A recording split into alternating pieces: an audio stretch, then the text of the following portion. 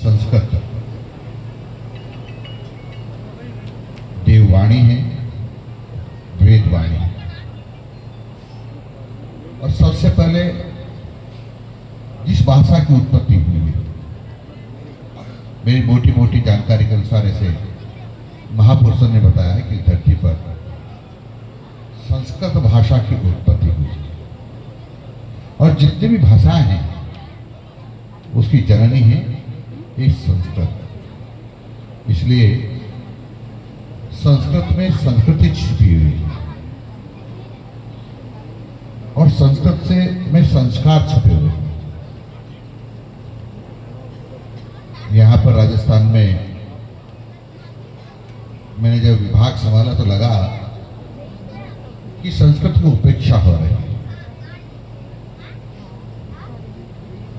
मैंने तय किया कि संस्कृत की उपेक्षा नहीं होगी और हम पूरा प्रयत्न करेंगे कि जिस प्रकार से सामान्य शिक्षा को सम्मान दिया जाता है उसी प्रकार से संस्कृत शिक्षा को भी उतना ही बल्कि उससे ज्यादा सम्मान दिया जाएगा।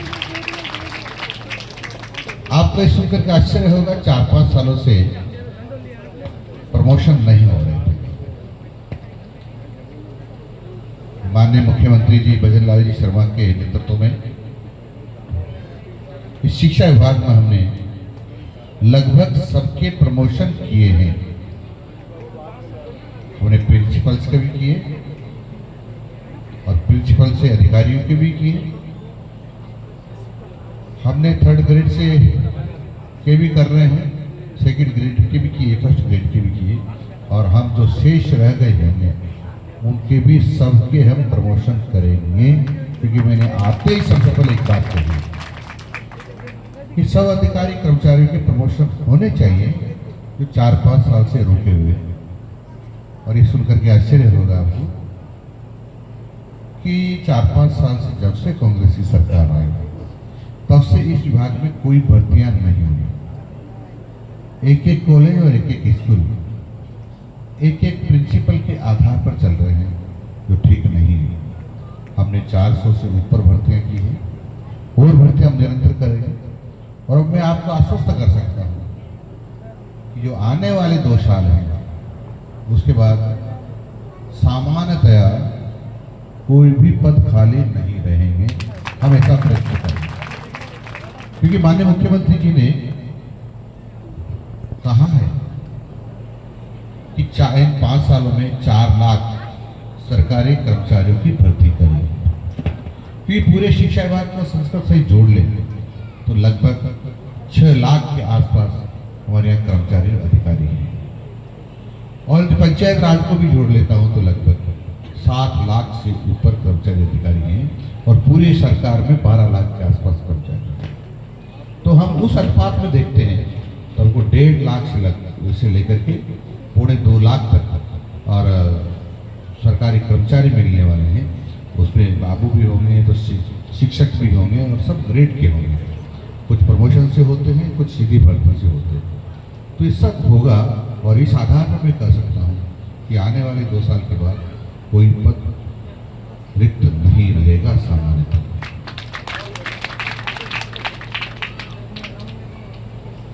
लगभग 20 से ऊपर विद्यालय एक महाविद्यालय संचालित है राजस्थान में संस्कृत। लेकिन जब से महाविद्यालय खुला होगा तब से उनका भवन बना ही नहीं। कि विडंबना है कि संस्कृत के साथ मेरा दोगला व्यवहार किया जा रहा है जो ठीक नहीं। माननीय मुख्यमंत्री जी ने हमारे निवेदन पर लगभग सभी महाविद्यालयों के भवन बनाने के लिए हमको निर्देशित किया और निर्देश ही नहीं दिए, 50 करोड़ रुपए उन्होंने दिए और हमने 2.5 करोड़ रुपए सब महाविद्यालयों के दिए। हमने 225 जो 10वीं तक विद्यालय थे उनको सबको हमने 12वीं तक किया है एक साथ। मैं समझता हूँ इतना क्रमोन्नत कभी नहीं संस्कृत में विद्यालय हुए होंगे जो पहली बार हुआ। और हम प्रयास कर रहे हैं कि संस्कृत की वेद पाठशालाएं खोलें और हम सब संभागीय स्तर पर यानी एक संभाग में कहीं भी हम एक वेद पाठशाला खोल रहे हैं, जिसकी स्वीकृति माननीय मुख्यमंत्री जी ने दे दी है। और उन साथ साथ में उनके भवन की भी स्वीकृति दी है। मैं माननीय भजन लाल जी शर्मा जो हमारे मुख्यमंत्री को बधाई देना चाहता हूँ कि बहुत सालों के बाद ऐसा हो रहा है कि कोई स्कूल खुलता है तो स्कूल खुलने के पहले उनके पद सृजित हो जाते हैं और पदों को भरने की कार्रवाई प्रारंभ हो जाती है। कांग्रेस के राज में ऐसा था, स्कूल खोल दिया लेकिन अध्यापकों को पता नहीं, तो पद सृजित न भर्ती न भवन। लेकिन ये पहली सरकार है वो माननीय भजन लाल जी शर्मा के नेतृत्व में कि जब कभी सोचते कोई काम होना चाहिए तो पहले उसके लिए पैसा स्वीकृति होती है, अब पद स्वीकृत होते हैं। और अब तो उन्होंने यहाँ तक कर दिया कि जब पदों की भर्ती करेंगे तो ये आकलन कर लीजिए कि जैसे एक साल बाद कोई रिटायर्ड हो रहा है तो उसको भी भर्ती की संख्या में काउंट कर लीजिए, ताकि अभी से भर्ती की प्रक्रिया प्रारंभ हो जाए, ताकि वो रिटायर्ड होने लगे तब तक नया कर्मचारी अधिकारी उसकी जगह आ जाए। यहाँ तक भी विचार ऐसा पहले कभी नहीं है, पहली बार हुआ। ऐसे ही हमने सामान्य शिक्षा में किया है। सामान्य शिक्षा में अभी तक 25,000 कर्मचारी और अधिकारियों को पदोन्नति दे चुके हैं। आने वाले 15 दिन के अंदर अंदर हम लगभग 19,000 तृतीय श्रेणी जो अध्यापक है हमारे, उनको पदोन्नति देने वाले हैं। और इस प्रकार से लगभग 45,000 के आसपास हम पदोन्नति दे देंगे। ये आज तक के इतिहास में पहली बार हो रहा है कि इतनी 1.5 साल के अंदर इतनी पदोन्नतियां दे दी गई जो कभी नहीं हुई। मैंने बैठ के सबसे पहले यही कहा कि मुझे पदोन्नति चाहिए। क्यों इंतजार करवा रहे, जो उनका अधिकार बनता है तो क्यों इंतजार करवा रहे हैं, उनको देना चाहिए। और इसीलिए कुछ सेकंड ग्रेड के अध्यापक तो प्रिंसिपल तक बन गए, क्योंकि हर साल उसके पदोन्नति का जो लिस्ट बनती है प्रिंसिपल तक बन गए।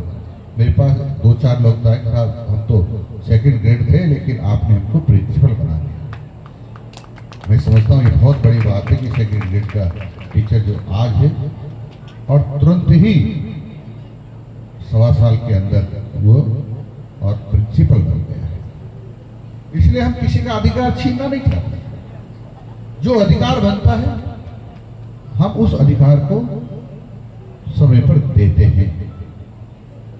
तो मैं अपेक्षा करता हूं कि जब सरकार आपकी इतनी चिंता करती है तो आपको भी जो काम दिया गया है उसकी पूरी तरह से चिंता करना चाहिए और उसको पूरा करना चाहिए। क्योंकि ये जो छोटे छोटे बच्चे हमारे यहाँ पढ़ने आते हैं ये मिट्टी के समान है। चाहो तो आप इनको भगवान भी बना सकते हो, चाहो तो राक्षस भी बना सकते हो। जैसे आपने देखा होगा जो मिट्टी होती है और जो मिट्टी का कलाकार होता है, मिट्टी से खिलौने बनाने वाला, मूर्तियां बनाने वाला, उसको देखो कभी तो भगवान राम की मूर्ति बना देता है उसी मिट्टी से, और कभी रावण की मूर्ति भी बना देगा, कभी राक्षस की बनाता है, कभी भगवान की मतलब श्री कृष्ण भगवान की बनाता है, कभी कंस की बनाता है। तो हम जो गुरुजन हैं उनके ऊपर डिपेंड करता है कि जो बच्चे उनके माँ बाप ने हमको सौंपे हैं उनको हम क्या बनाना चाहते हैं। और इसलिए पूरी मेहनत करना पड़ेगा, समय लगाना पड़ेगा और ये सोचना पड़ेगा कि जो बच्चे हमारे सामने बैठे हैं कल यही तो देश का नेतृत्व करेंगे। इन्हीं में से कोई राष्ट्रपति बनेंगे, कोई प्रधानमंत्री बनेंगे, कोई शिक्षा मंत्री बनेंगे, कोई रक्षा मंत्री बनेंगे, कोई गृह मंत्री बनेंगे, तो कोई बहुत बड़ा उद्योगपति बनेगा, तो कोई वैज्ञानिक बनेगा, तो कोई प्रोफेसर बनेगा, इन्हीं में से बनेगा। और हमारा देश इन्हीं को चलाना है, तो फिर हमको अच्छा निर्माण करना पड़ेगा, हमको इंसान बनाना पड़ेगा, श्रेष्ठ नागरिक बनाना पड़ेगा, ताकि आने वाले समय में श्रेष्ठ नागरिकों का समूह हो जो देश की प्रगति में सहायक बने, देश को सम्मान दिलाने में सहायक बने। इसलिए सभी गुरुजनों से मेरा यही निवेदन है, ये सोच करके रखें कि आपको देश का संचालन कर्ता बनाने का अवसर मिल रहा है, आपको श्रेष्ठ नागरिक बनाने का अवसर मिल रहा है। और श्रेष्ठ नागरिक बनाना देश की सबसे बड़ी सेवा है। अरे भगवान ने अवसर आपको दिया है, ये सबको नहीं दिया, आपको दिया। तो इस अवसर का सदुपयोग करें। मित्रों, आप सबसे मेरा निवेदन है कि अभी ये धरती माता बहुत करा रही है, गो माता के आंसू रुक नहीं पा रहे हैं। अरे धरती माता क्यों करा रही है? ये धरती माता इसलिए करा रही है कि धरती का तापमान पिछली गर्मी में 55 डिग्री हो गया था। बाड़मेर और पाकिस्तान के सीमा फिरोजी में 53 डिग्री पहुंच गया था। ये थोड़ा और ज्यादा बढ़ जाता तो सब काल कलवित हो जाते, यानी मौत में समा जाते, मौत हो जाती। इसलिए चेतावनी हमारे लिए कि धरती माता का तापमान कम करो। और धरती माता का तापमान कम करने के लिए क्या करना पड़ेगा? हमको अधिक से अधिक पेड़ लगाना पड़ेगा। तो उसकी छांव से कि धरती माता को कुछ शीतलता मिलता। और ज्यादा पेड़ लगाएंगे हम लोग तो पेड़ वर्षा को भी बुलाएंगे, और जब वर्षा होगी तो धरती का तापमान भी कम होगा। वर्षा होगी तो हमको पीने का पानी भी मिलेगा, और हमारे पेट भरने के लिए, खाद्यान्न पैदा करने के लिए सिंचाई का पानी भी मिलेगा। और इसलिए पेड़ों की महत्ता को समझना चाहिए। आज से लगभग 400 साल पहले पेड़ों की महत्ता समझी थी मां, क्या नाम थी, अमृता देवी। मां अमृता देवी ने पेड़ों की महत्ता समझी थी। उस समय इसके शासकों ने पेड़ काटने का आदेश दिया, और उस समय के जो सरकार के कारिंदे थे वो पेड़ काटने। जो ही मां अमृता देवी को पता चला, वो अपनी 2 बेटियों के साथ घर से दौड़ पड़ी और पेड़ों के चिपक गई। और उनका जीते जी तुम पेड़ नहीं काट सकते। अमृता देवी को देखते देखते सारे गांव के लोग लगभग 363 पेड़ों के चिपक गए। उनका हमारे जीते जी पेड़ नहीं काट सकते, लेकिन कारिंदों ने सबको काट दिया, लेकिन जीते जी उन्होंने पेड़ नहीं काटे। यानी अपनी जान से भी ज्यादा पेड़ हैं। वो क्यों है?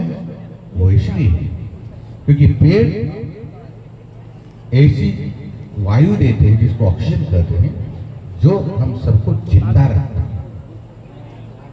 यदि ऑक्सीजन न हो तो मर सकते हैं।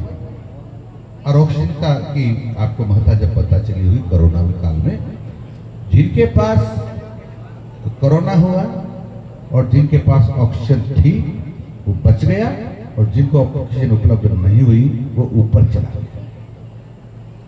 हमारे देश के प्रधानमंत्री जी को हम सबको बचाने के लिए ऑक्सीजन विदेशों से लानी पड़ी, तुरंत अपने प्लांट बनाने पड़े। लेकिन उन्होंने कहा कि किसी भी कीमत पर मेरे देश के लोगों को बचाऊंगा, और उन्होंने देश के लोगों को ही नहीं, विश्व के कई देशों को कोरोना की दवा देके उन सब लोगों को बचाया। और इसलिए मेरा निवेदन है कि ऑक्सीजन की कमी होती है तो हमारे जीवन को खतरा होता है, और पेड़ लगाना बहुत जरूरी है। इसलिए मैं कह रहा हूं कि एक पेड़ उसके जीवन काल में 4 से 5